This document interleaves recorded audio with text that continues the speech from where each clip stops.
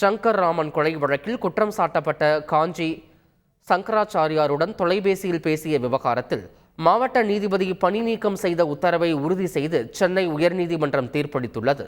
காஞ்சிபுரம் சங்கர மடத்தின் மடாதிபதி சங்கராச்சாரியார் ஜெயேந்திர சரஸ்வதி சங்கர் ராமன் கொலை வழக்கில் குற்றம் சாட்டப்பட்டிருந்தார்.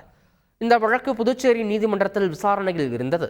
அப்போது பவானியில் உள்ள 5வது கூடுதல் மாவட்ட நீதிபதியாக இருந்த ராஜசேகரன், குற்றம் சாட்டப்பட்ட சங்கராச்சாரியார், உயர்நீதிமன்ற மதுரை கிளை அதிகாரி ஆகியோருடன் தொலைபேசியில் பேசியதாக புகார் கூறப்பட்டது. இது தொடர்பாக சென்னை உயர்நீதிமன்ற நீதிபதி சதீஷ்குமார் நடத்திய விசாரணையின் அடிப்படையில் ராஜசேகரன் கடந்த 2022ஆம் ஆண்டு பணி நீக்கம் செய்யப்பட்டார்.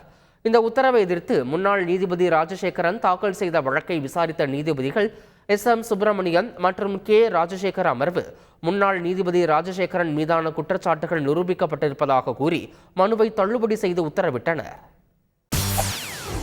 செய்திகளை உடனுக்குடன் தெரிந்து கொள்ள உடனே சப்ஸ்கிரைப் பண்ணுங்க.